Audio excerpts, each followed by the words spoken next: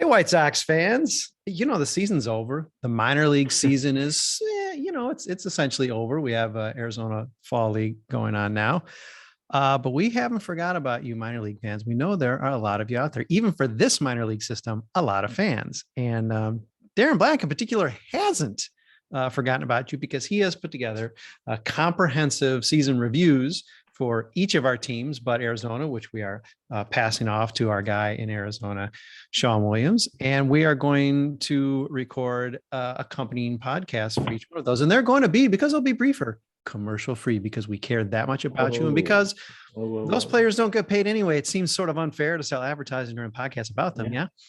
Well, So they get a place to live now, which we supposedly there seems to be some asterisks there.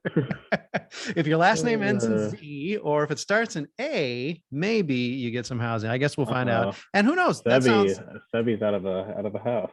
Sorry, Sebi. And who knows? That can be emergency Southside Sox on the Farm podcast over this offseason. So we will not necessarily be away from you lovely listeners and readers and watchers for, all 4 months. Who knows?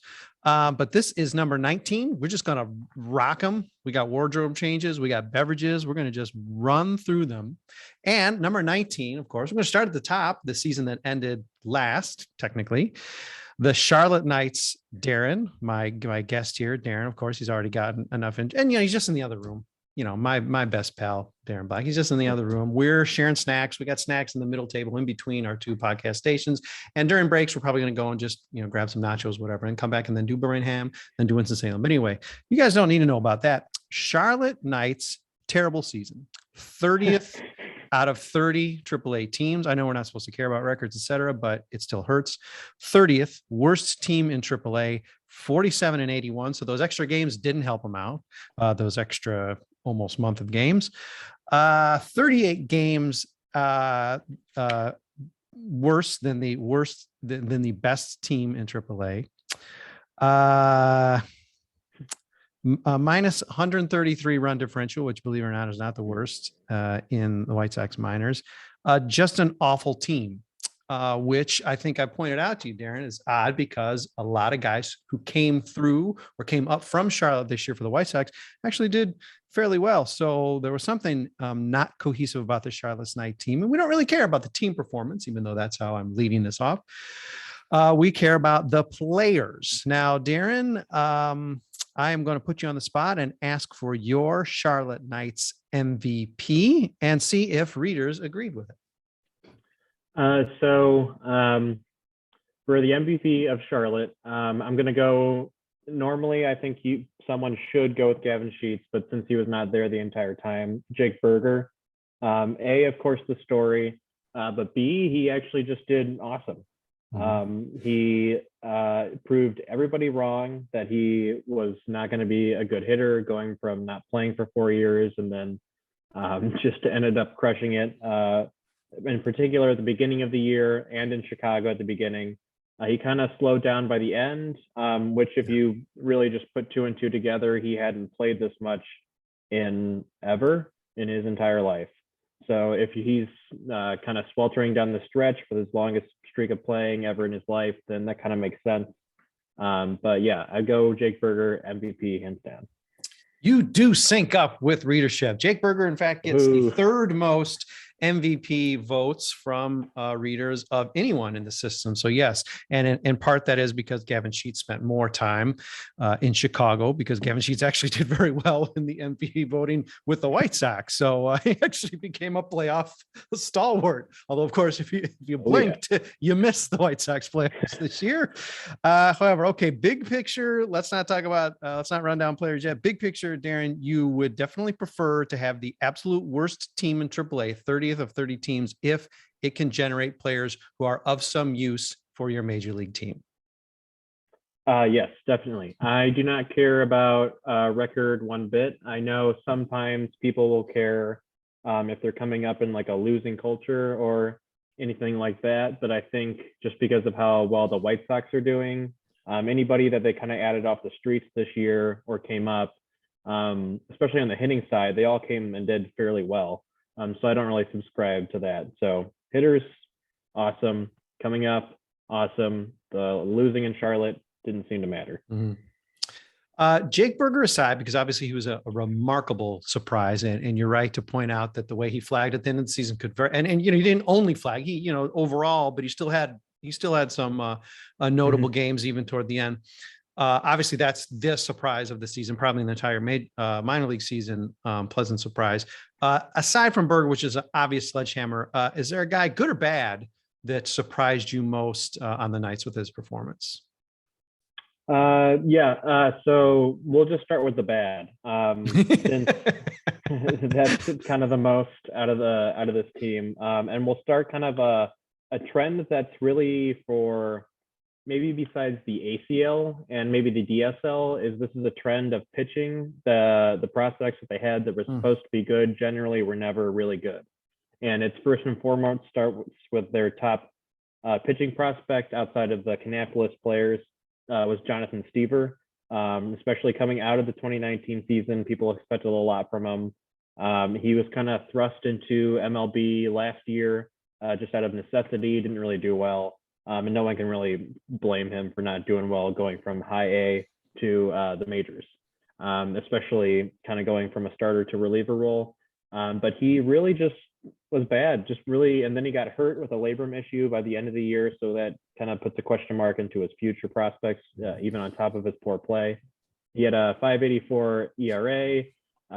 Guys weren't really hitting ground balls off of him. They were normally going in the air, which is not fantastic, as we saw in the White Sox Astros playoff. If you don't hit balls in the air, you're not going to do well. And guys were hitting balls in the air off of Stever, and he didn't do well. Yeah. We'll have to just kind of see where he's at next year, because it's kind of he's hurt. He's got a big injury, so we'll just have to wait and see where his miles per hour is on his fastball and everything else that goes with a former guy that we were excited about. Yeah. It's worth noting that even though he did not make much of an impact with the Charlotte team, I'm going to say by default, the Southside Sox pitcher of the year in the organization is Kade Mcclure. I say by default because we really only had 7 notable pitchers, at least in terms of MVP votes. 2 of those aren't even in the organization any longer. It was a very, very difficult year for pitching. Tell me a little bit about Kade in terms of what you see his prospects perhaps at the next level being, and then maybe address a little more broadly this trend of White Sox pitching, because in the organization, it's not good. Not great. Yeah, so we'll start with just Kade Mcclure. He was an older guy. He probably would have, if there were a season in 2020, he probably would have started with Charlotte, and maybe you've seen him with a spot start in Chicago this year if need be. He was decent in Birmingham. He had a couple just games where he just kind of fell apart. So his 3.82 ERA in AA looks a lot better if you take out just some really horrendous 1 inning, 7 earned runs. But the K rate was good. He's a guy that has really good command, and that kind of blew through AA for him. It's just when he got promoted, that kind of just all went away. Again, I have a really hard time in general, especially with pitchers, since none of them played last year, and that has to just ruin a ton of your just getting used to pitching so much so often, and then to not do it for a whole entire year. I have a hard time just saying oh, they failed, don't pay attention anymore. But I mean, Kade Mcclure was not good when he came with Charlotte. He had an ERA over 7. It wasn't 37 innings, so it wasn't just some 10 innings 2-start kind of a scenario. He really just didn't do well at all. He wasn't striking out a lot of people. The walks were still good, so he still had decent command. He didn't lose that, but people were just hitting him more often and harder when he got to AAA. And again, I always keep in mind no 2020, and that kind of bridges over to the whole pitching in general. A lot of the good pitchers for the White Sox are younger, because when you look at their rotation and in their bullpen, all the guys that we kind of kept track of throughout the years are in the majors. So there's Giolito, Lopez, Bummer. I guess Fry is kind of a in-between guy. Foster was kind of an in-between guy. And then you've also got Garrett Crochet. There's a lot of decent younger guys that are up right now. And I'm not sure if it's just because the top guys that they had, like Jared Kelly, who was pitching in high school baseball at the beginning of 2020 before everything shut down, came up and just couldn't go against full season professional baseball guys yet. I don't know if he just wasn't ready, but it was really everybody. Matthew Thompson didn't do well. Andrew Dalkos didn't do well. To keep it with Charlotte, really nobody did well. Zach Birdie didn't do well before he left the team. Tyler Johnson got hurt, but he's kind of had an injury issue for a while. Jimmy Lambert wasn't very good. So it kind of goes, it should go beyond that. And maybe you can just say these prospects just aren't that great, because we saw how Giolito, Lopez, Kopech separated themselves from the Spencer Adams, Alec Hansons, and maybe we just have more Spencer Adams and Alec Hansons than Giolitos and Kopechs, and I mean, I guess Reynaldo Lopez again at this point. Mike Wright and John Parke, address your complaints. That's Darren Black in care of Southside Sox. Yeah, okay, those guys are different sorts of prospects. So, but noted that they had good, relatively speaking, good seasons for Charlotte. Okay, Darren, let me spin the question a little bit. Because you've said something that maybe even though we've talked about this a lot in the season off, maybe I haven't heard you say necessarily, or maybe I'm just not paying close attention on the Farm Podcast.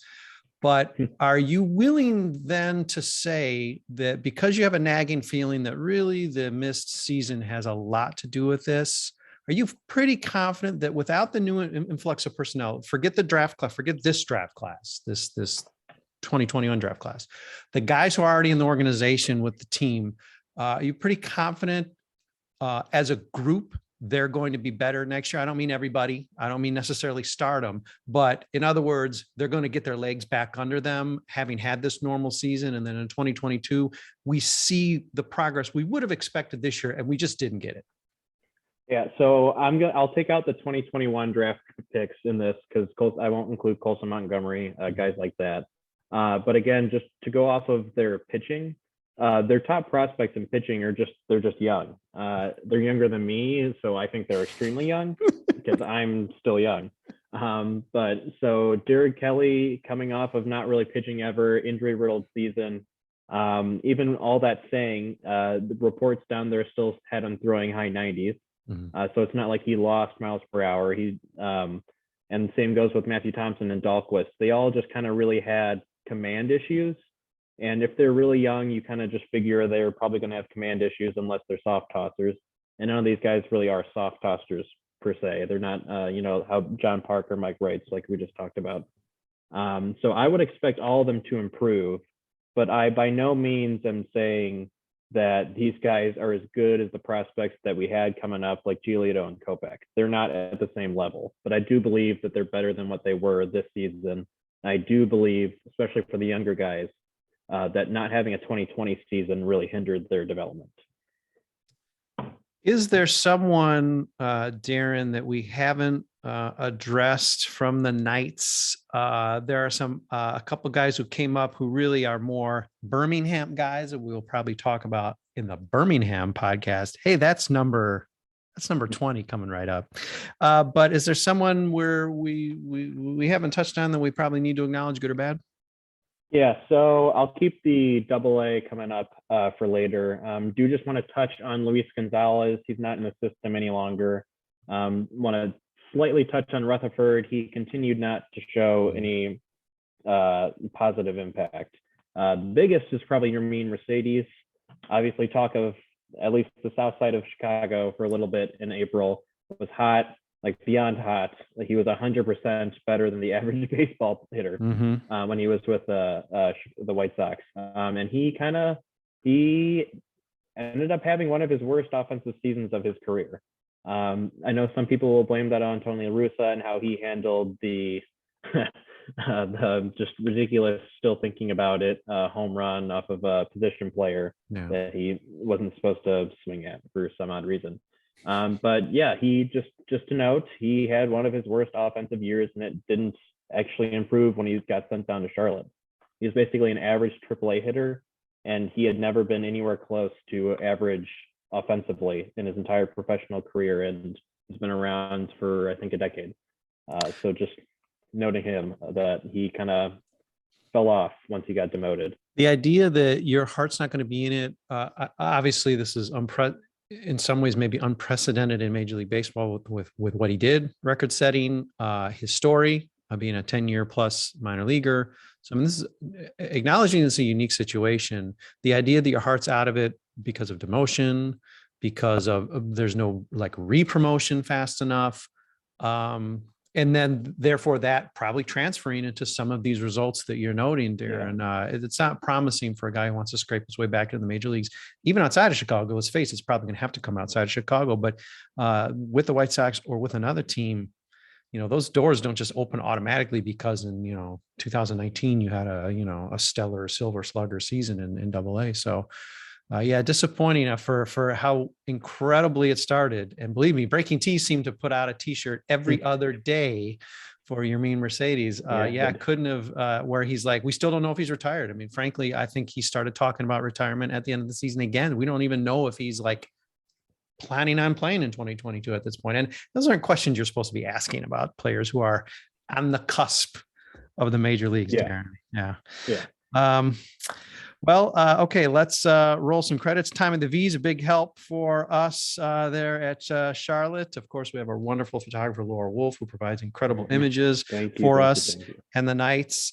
Before his anticipated or unanticipated stint on the IL, Anders Johansson was doing it's Anders Johansson. He's got that combination Midwestern, but then also very Nordic pronunciation there. But we appreciated having him on a couple podcasts and doing some writing for us from Charlotte. And hopefully come next year, he's going to be raring to go, back healthy and providing some great coverage for us with the Knights. It was not a fun season to watch in terms of game results.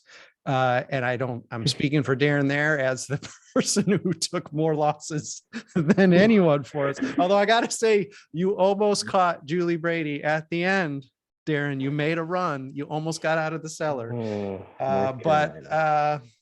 were a lot of really great stories with the Charlotte Knights, guys who even just blew through Charlotte on their way to the Chicago White Sox. Maybe a guy we might talk about in our next podcast. But for Darren Black, for podcast Down on the Farm podcast number 19, the Charlotte Knights review. I'm Brett Ballantini. We chatted about Charlotte. We have accompanying Darren's review of the Charlotte Knights coming out along with this podcast. And, peruse, check it out. See if you agree. See if you're just as stunned that this could be the 30th team in AAA. Sorry, Charlotte, but, hopefully you'll be at least 29th next year.